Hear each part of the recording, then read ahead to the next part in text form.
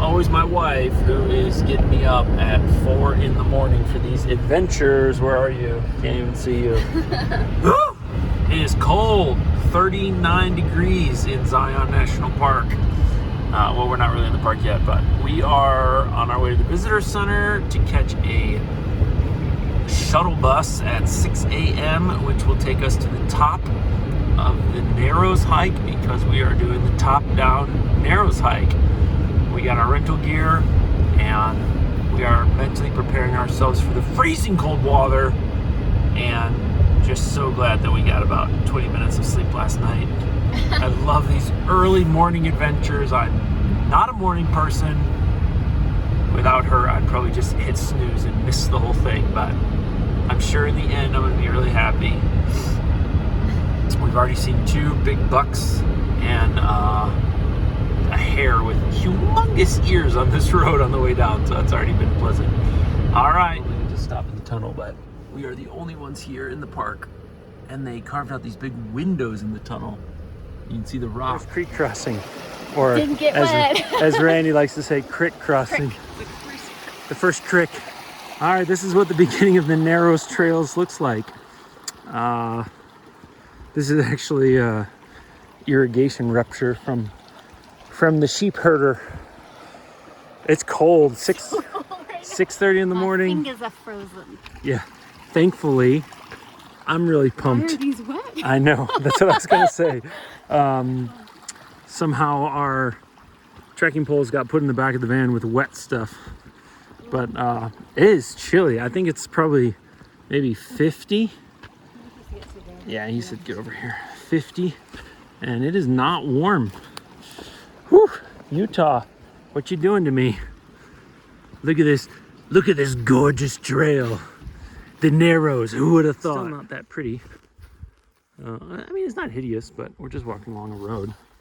This is an old cabin that has collapsed. If you don't step on a nail. Our guide said it was kind of cool to look at, although our guide was a professor of agriculture, so I think maybe he has different ideas of interesting things. But walking is over. There's the creek, and we get to kind of go right up alongside of it like this, which is kind of fun. We're saying crick because the guy who drove us up here, Randy, he says crick instead of creek. Crick. First crossing of the North Fork Virgin River. We're gonna try and stay dry as long as we can. It's still pretty cold out. She's got that nice rolled up pant leg look. Look at how little of a bag she's carrying.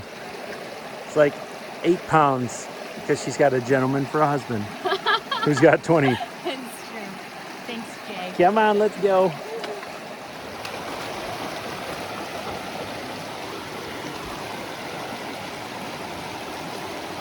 Nice job.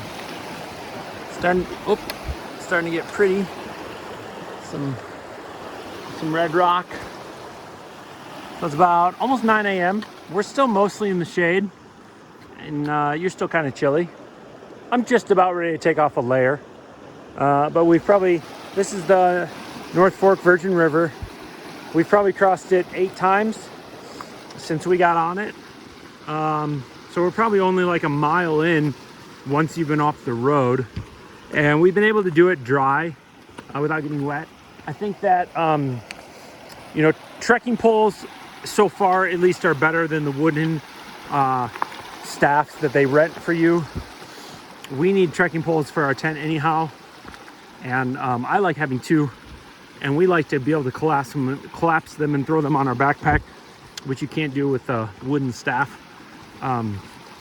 But these things, whether you like them or not for hiking, they're super useful when you're trying to do creek crossings, because you can just make a big triangle with your feet and hands, and you can just take really adventurous steps out onto rocks that you just more or less couldn't do without trekking poles.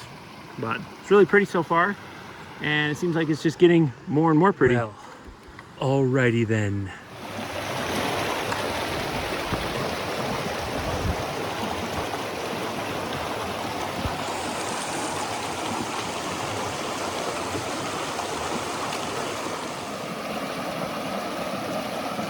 Today's footage is just going to be you awkwardly going over creeks.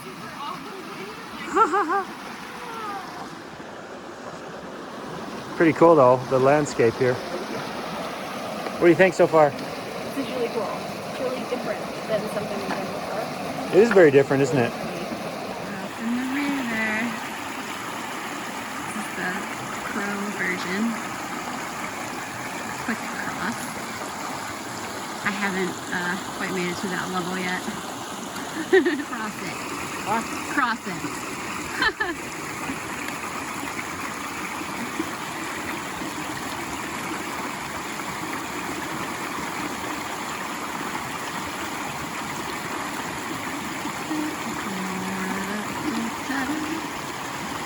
Nice.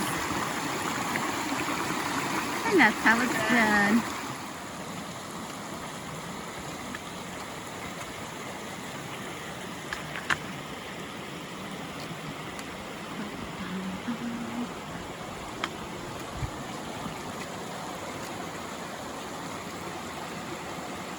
Having fun? An awful lot of time crossing over the river. I mean, we've probably crossed it 20 times. And if it's warm enough and you're up for it, just walk through it because you'll save tons of time just walking straight through it rather than, you know, rock hopping. The other thing is to look ahead and try and predict when you're going to get cliffed out again. Don't just follow the trail. Basically, the trail, like we were on this side, and basically it wanted us to go this way, but then we were going to get cliffed out and have to come back. So we just stayed, and it wasn't as nice of a walk for 100 yards, but it saved us like 3 creek crossings. So just a tip. And getting cliffed out on the one hand kind of isn't fun, especially when you're doing off-trail travel like my dad and I did in Alaska. But here it's kind of part of the adventure. There's also something very weird about the water. I suppose because we're in a canyon, like the water, it doesn't move like it moves in a river. It moves, you know, there's like this deep section and then a shallow section, and then it takes like these corners. It takes like a hard left, and I guess rivers don't do that as much because there's not rock to run into. But it's pretty interesting. It's almost like whimsical and like cute the way the water flows at times, because it just seems like something almost like a little kid would have drawn, but that like you don't really see in real life. So yeah, pretty cool stuff. Just the way the water moves through here is so interesting. Big old red rock. You probably put some super nice climbing routes up here, but the approach would be terrible. Look at that.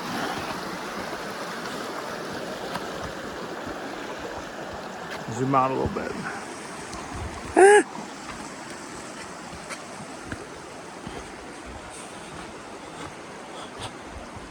Wow.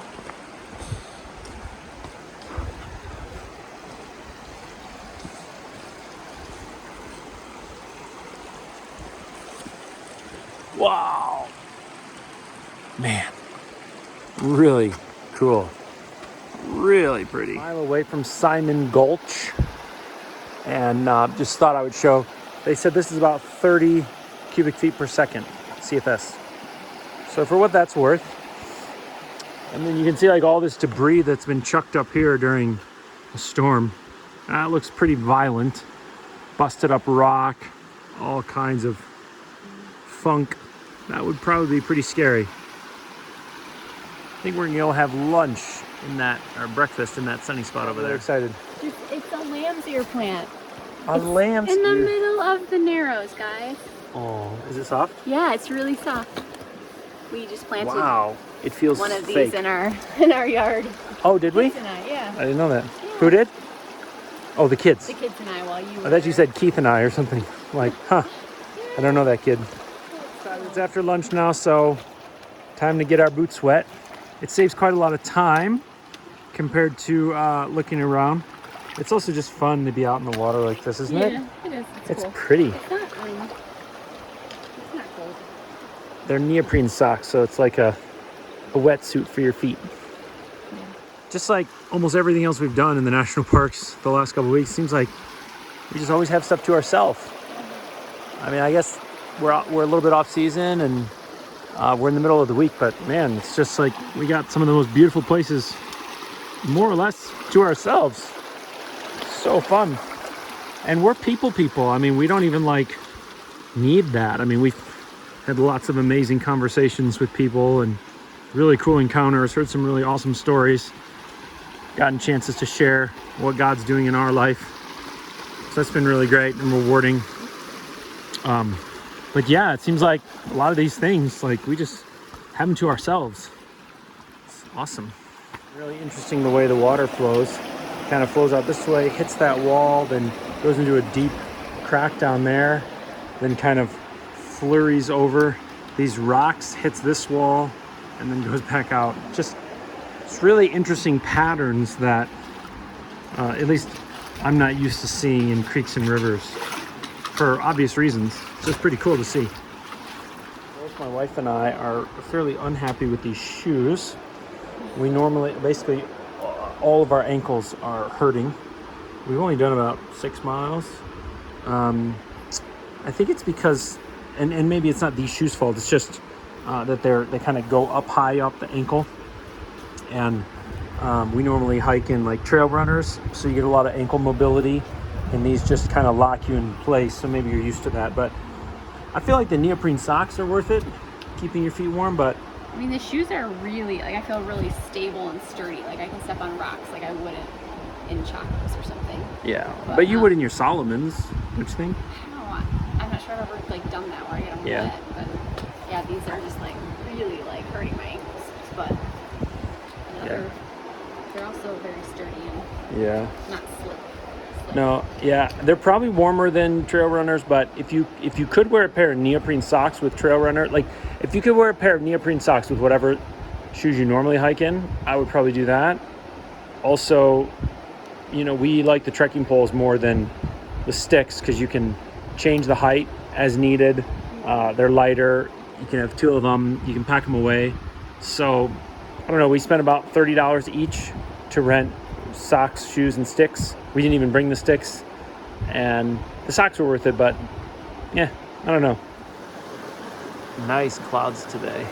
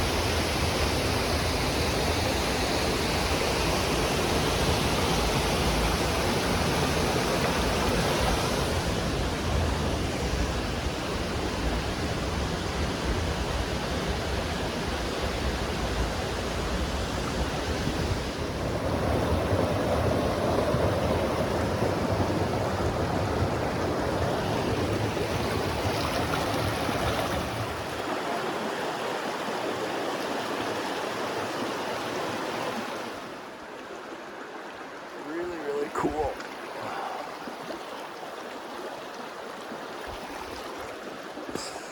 It's getting chilly in this canyon. Still got a bit to do.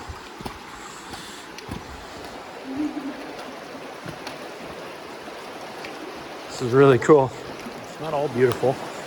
It's also signs of how violent this river can become during a flash flood.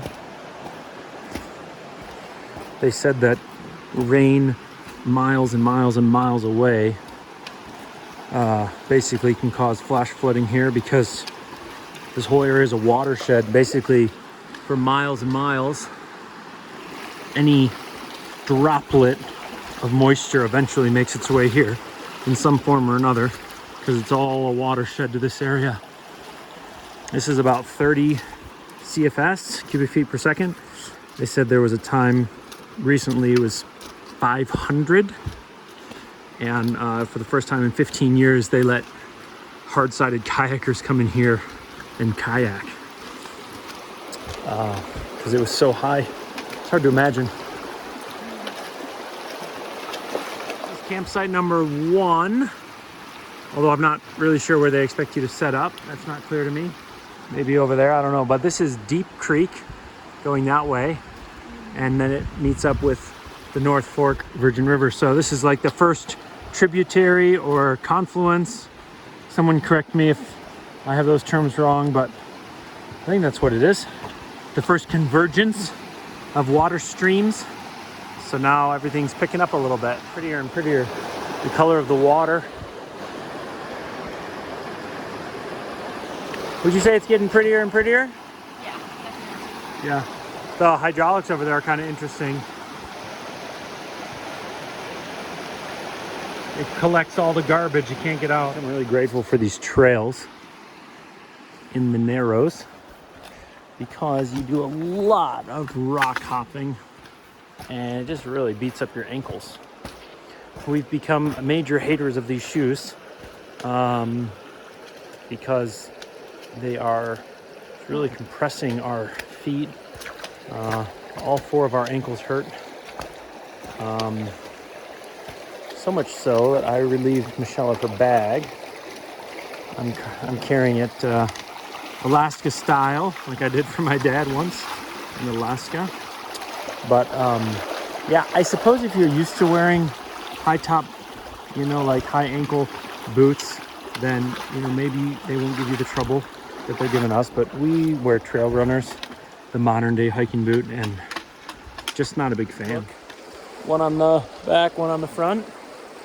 What's kind of amazing about this is, even though it's a little bit heavier, it's actually kind of nice to carry because it's very balanced. You have weight in the front and the back, and so you don't. It's not like taking all of your partner's weight and putting it in your backpack. In fact, when I first heard or read about Arn backpacks out of New Zealand, which we own 2 of, I sort of intuitively knew that it would be great because I carried a bag like this for my dad once. So anyway, you can check them out. I think it's AARN New Zealand. You'll find them if you're interested. Anyway, almost at Camp 12 and pretty tired, pretty wore out. Ankles are shot, and in good spirits in general, just ankles. Across the Virgin River 100 times today. There's absolutely no chance, unless you fell in, that anything would get wet. So you really don't need a dry bag for the first day. And if you're willing to let your stuff get wet and then dry out, you don't really even need it for the second day. Just let it get wet, depending on what you have with you. These trails are so nice. After you've been rock hopping all day, so nice. Super close to campsite 12. Both of us are feeling pretty well exhausted, but this is just a cool area. Some really fun, like I'm on like a sandbar, but then like around this thing, it cuts real deep. You can see how the water gets deep. But over here, it's real shallow, just not even sock high. It's just really cool, the shapes that the water has carved out over the years. Come on, campsite 12, we are ready for you. Camp 12 is pretty wonderful. There's the tent. It's the last camp that you can camp in, 1 through 12, number 12. And the freshwater spring is about a 3-minute walk that way. Kind of cool overlook. Got some rapids going on. What's interesting though is all these rocks. It's not that hard to figure out where they came from. Those black shaded areas in climbing we call roofs. And basically they're formed when a big boulder breaks off. Just imagine what that sounded and looked like when that thing came off. And looks like we're safe here, I suppose. How are the ankles? Totally fine once you're out of those shoes. The funny thing was you had super swollen ankles and freezing cold water all day and compressed feet. I know, my They're feet like are back to normal. Back to normal. Yeah, it's a Oh. blessing in disguise. There's a little mouse. Oh, gone. There's a little mouse who wanted our coffee. Cute little guy. We thought we would prep this for the morning, but turns out they're too sneaky. Let's see if we can get them on film again.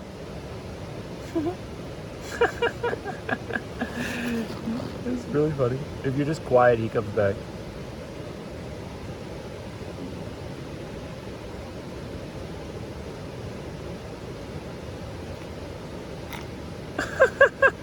Shell, you should see this. This is fun.